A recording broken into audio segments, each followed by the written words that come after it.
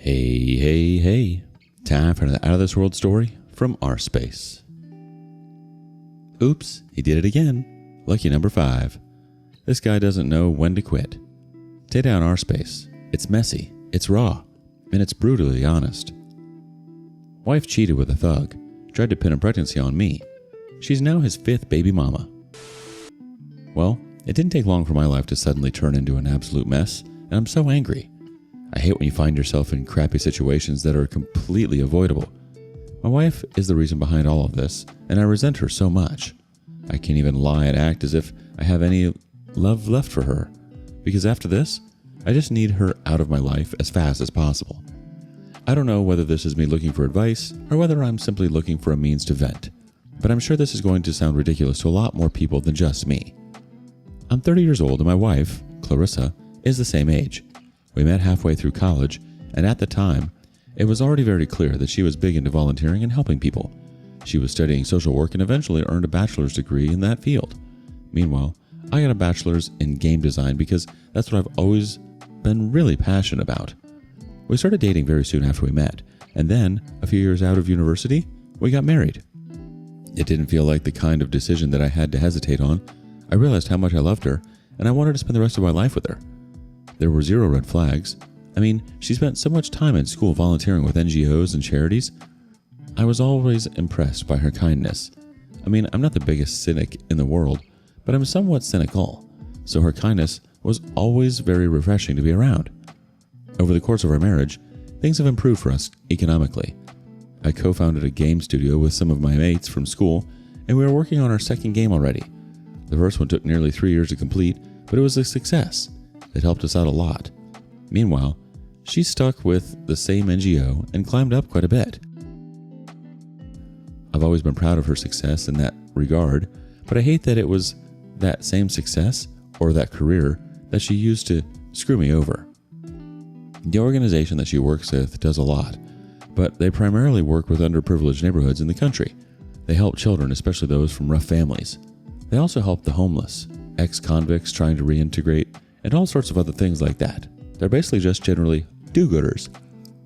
It's nothing unusual for my wife to travel for a day or two to certain projects and outreaches, so there's no reason for me to feel any kind of way when she leaves, and that's why she always came and went without issue. I worked remotely for most of the time, besides an occasional meetup that I and the other developers would do, especially when trying to plan certain things out. The real problem started when I got an anonymous text from someone. I still don't know who sent it, but that text was what set everything in motion. Part of me wishes that text never came in so that I could have remained in blissful ignorance, but I'm grateful that I'm not living a lie. The message was rather brief, and all it said was, "Clarissa is getting too close to one of the people at work, and I thought you should know." That was it. Up to now, I still have no idea who sent the message to me. I tried to call the number, and it rang the first 2 times, but after that, it was switched off. I tried a friend's number, in case I was blocked, but it was the same thing. I tried to search the number online as well, but there were no hits. It seemed like someone had used a burner because they wanted to do the right thing, and they had no interest in getting tied up in cheating drama. The assumption I've made is that it was someone from her workplace and likely someone close enough to her to know what she's doing. My whole day was ruined by that text message.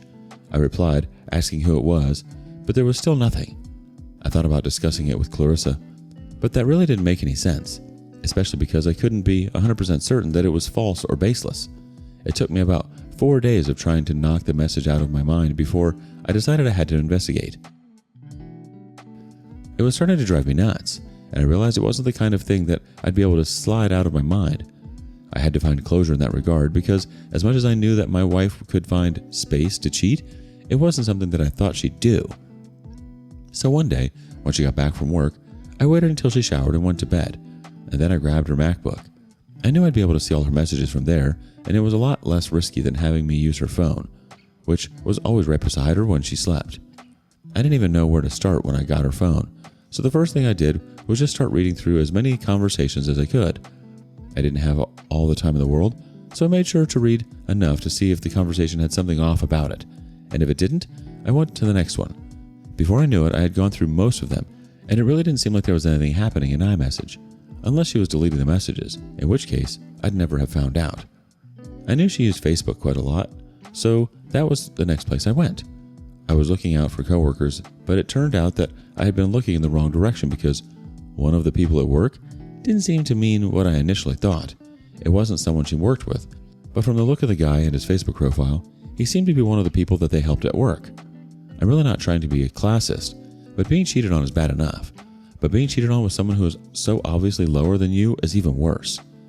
I had no idea how she would leave someone like me in a caring, loving home with all of her needs taken care of, and decide that the person she wanted to get attracted to was some thug who lived in the worst part of town by the looks of things.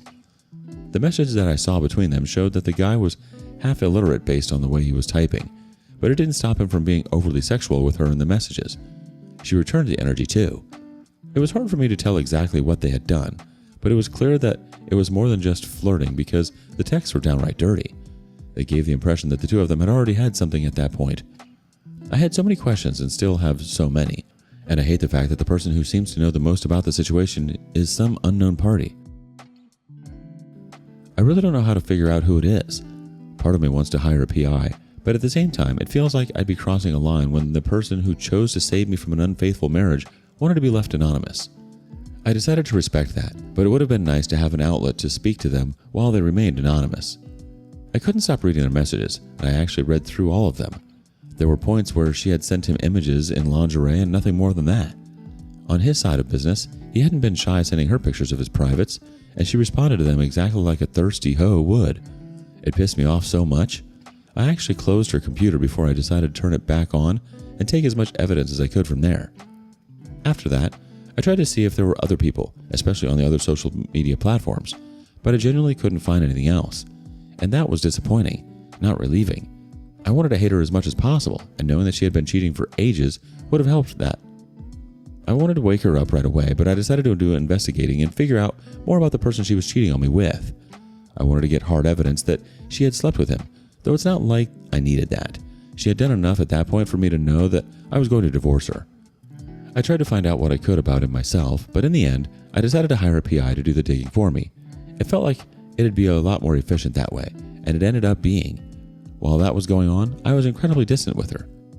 She knew that something was wrong, but I didn't care to keep up appearances. There was no point in trying to salvage anything, make her happy, or cover my tracks.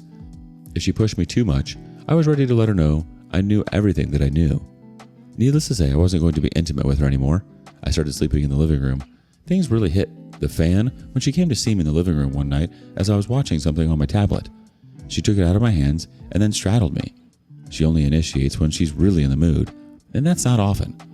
I tried to push her off me, but she resisted. I told her straight up that I wasn't in the mood for it, but she tried to kiss me to shut me up. I didn't return it and tried to push her off me again, but she kept resisting.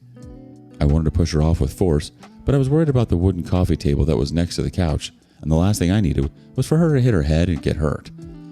This wasn't the first time that I had said no to her advances, and she usually took it like a normal person, but this time around she was aggressive, and I knew something was off at that point. Once she got her hand in my pants and started trying to force the issue, that was when I just decided that I didn't care about the consequences and pushed her off me forcefully. She thankfully didn't hit her head or anything. I asked her what her problem was, because I made it clear I wasn't interested. She didn't say anything. She just looked stressed out. She didn't look angry or anything, like I'd have thought. She left the room without saying anything else, and I knew that something was off.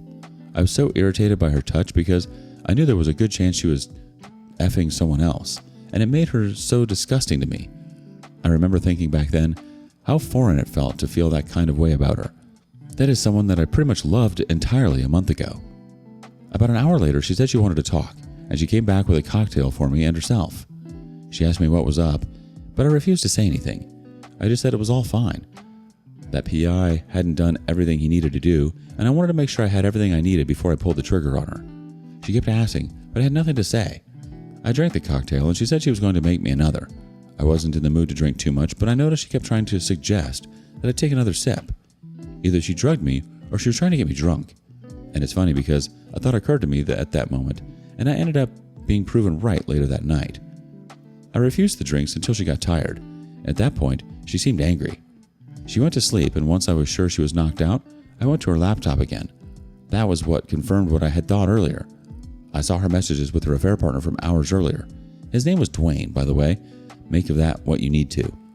She sent him pictures of a pregnancy test, and her messages were panicked. She was expressing so much regret about having let him not use protection, and she kept repeating that he said he was going to pull out. At that point, I felt like my head was on Mars. I felt like I was going to go mad. He kept acting like it wasn't a big deal, and she kept mentioning that it was because she was married. She said, and I quote, "Dwayne, you effed up. I love you, but you effed up so bad." I lost it. I burst into the room where she was sleeping, but she didn't even wake up with that. I stood over her for who knows how long, and I'm not proud of it, but I had so many dark thoughts in those moments. My emotions towards her were horrible. I didn't do anything, and I think that matters the most, but my goodness, I realized I hated her in that very moment. I eventually turned around and went on a walk.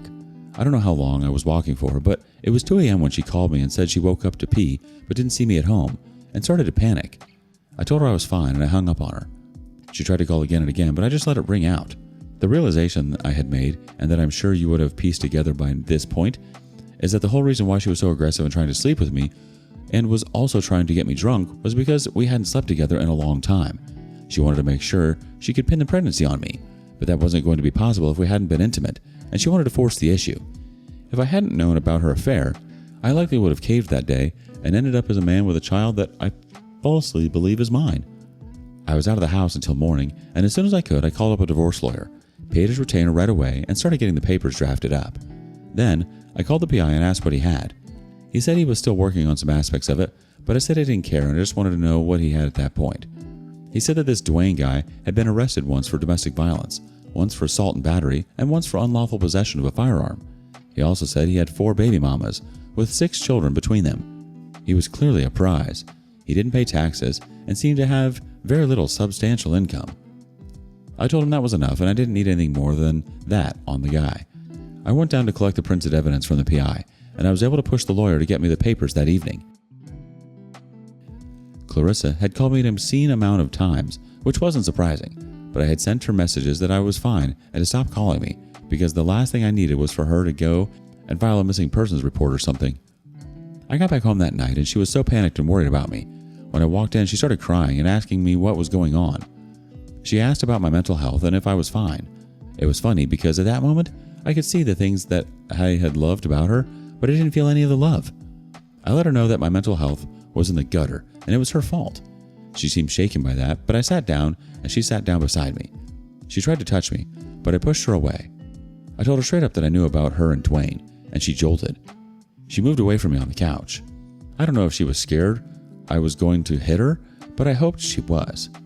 I told her I knew all about it, and I knew that she was pregnant with the guy's child. She didn't say anything, and instead, tears just started rolling down her face. She didn't make a sound. She was just looking at me as if she was heartbroken. I asked her to explain herself, and instead of the usual spiel of saying that it meant nothing or that she regretted it, she decided to tell me that she didn't know how it happened. According to her, there was just something about him that drew her to him. I asked her how he would ever be good enough for her when he couldn't get his life together. She claimed that he was a good guy that had fallen on hard times, and she knew all about people like that in the course of her work. At that point, I realized she was actually defending him, and that was actually crazy. She hadn't tried to minimize her cheating. Instead, she was trying to show me why it wasn't that wild that she had slept with this guy. I told her to stop speaking, and I let her know that we were done. She didn't say anything for a while, but then she eventually said, "Are you sure we have to go that way?" She looked so pathetic and said as she said it, and I just stood up and made to walk out, but before I left, I reminded her that she slept with a deadbeat thug, fell in love with him, and that she had his baby inside her at that very moment. I told her that there was no other way it was going to go, and that I was going to make sure she didn't have a claim to a single dime of what belonged to me. I told her that I was going to do everything I could to make sure that she ended up with nothing, and I left without waiting to hear what she had to say. I went to the room, packed as much of my things into my suitcases in the car, and I left. I know I shouldn't have, but I was so furious that day that I wasn't prepared to wait for her to leave. If I lose the apartment in the divorce as a result, then so be it. I just want to make sure she doesn't get anything significantly more than that. But this is just evidence that no matter how sweet and kind you think your woman is, they can still turn on you and decide to sleep with someone who is the polar opposite of you. You're never safe as far as I'm concerned now. Update. To everyone who was sending me messages after my last post, I appreciate you all. Things were really busy, but I kept it in mind to come and drop an update. Things have finally settled, so there's no better time than now to do that. I'm glad to say that Clarissa is now my ex-wife. So there's that. The divorce process was very messy. She was very insistent on getting half of what was mine, and I couldn't help but feel like a big part of that was because she wanted to share it with her new man. There wasn't any reason for me to assume that she wouldn't go straight to him after it was clear we weren't going to be together any longer. My divorce lawyer was all right. He wasn't the very best, but hers wasn't any better. In the end, leaving the apartment for her bit me in the butt. She ended up getting that, which sucked, but it was rented, and if she had to deal with that on her own, I didn't care. I had enough evidence of her cheating, and I was able to testify that she tried to pin a pregnancy on me. With that evidence that she had told Dwayne she was pregnant, she hadn't absorbed it, and by that point, she was already showing. I really didn't know which way the judge was going to lean, but she seemed like a really conservative kind, and she didn't look kindly on her cheating on me and getting pregnant, especially with the kind of person that she cheated on me with. While she got the house, she got little else. She got rent to cover the next 6 months, which annoyingly came out of my pocket, but most of my major assets remained untouched, and that's good enough for me. I escaped alimony, and I think that's the most important thing. She's far enough in the pregnancy that she's clearly going to keep it, and it is crazy how she had such a good life and chose to be with the 5th woman that this guy has had a kid with. He's never married any of them, and that was the life she chose for herself because he loves me. It's crazy how deluded women can be when they want a bad boy. I know it isn't going to end well for her. She's going to regret the decision in no time, especially because the guy isn't just poor, but he's violent and has a criminal record. I don't have to tell her she's making a mistake because she made the choice on her own. I don't wish her the best. I wish her the absolute worst, and I'll be there to laugh in her face if it comes to it. I'm just glad to be free of it all. That's what matters the most to me. She made her choice and I've made mine. I hope I can bounce back and truly be happy again. I'm going to keep working towards that. You did the absolute right thing by shutting it down and putting yourself first. Sometimes, no matter how much you want to fix things or hold on, you have to accept when someone else has made their choice. And it's not you. Protecting your own peace and sanity has to come first, even if it means walking away. And yeah, divorce sucks no matter what. It's messy, painful, and can feel like a never-ending battle. But sometimes just knowing you're not the only one going through this mess helps. What's the wildest lucky number 5 situation you've ever heard of or been part of? Let us know your stories in the comments below. And thank you for joining us today on rSpace. Be sure to like and subscribe and hit that notification bell so you don't miss out on our next video. See you soon!